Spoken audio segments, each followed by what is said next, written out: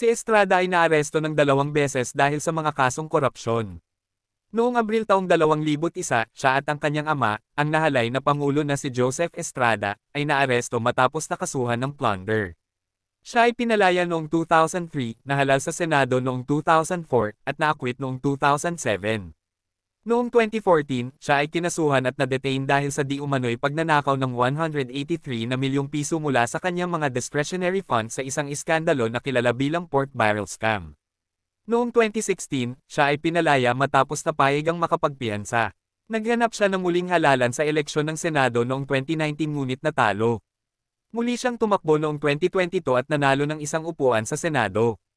Noong 2024, si Estrada ay nahatulan ng 1 bilang ng direktang suhol at 2 bilang ng hindi tuwirang suhol, ngunit naakwit sa mga kasong plunder dahil sa paggamit ng Priority Development Assistance Fund.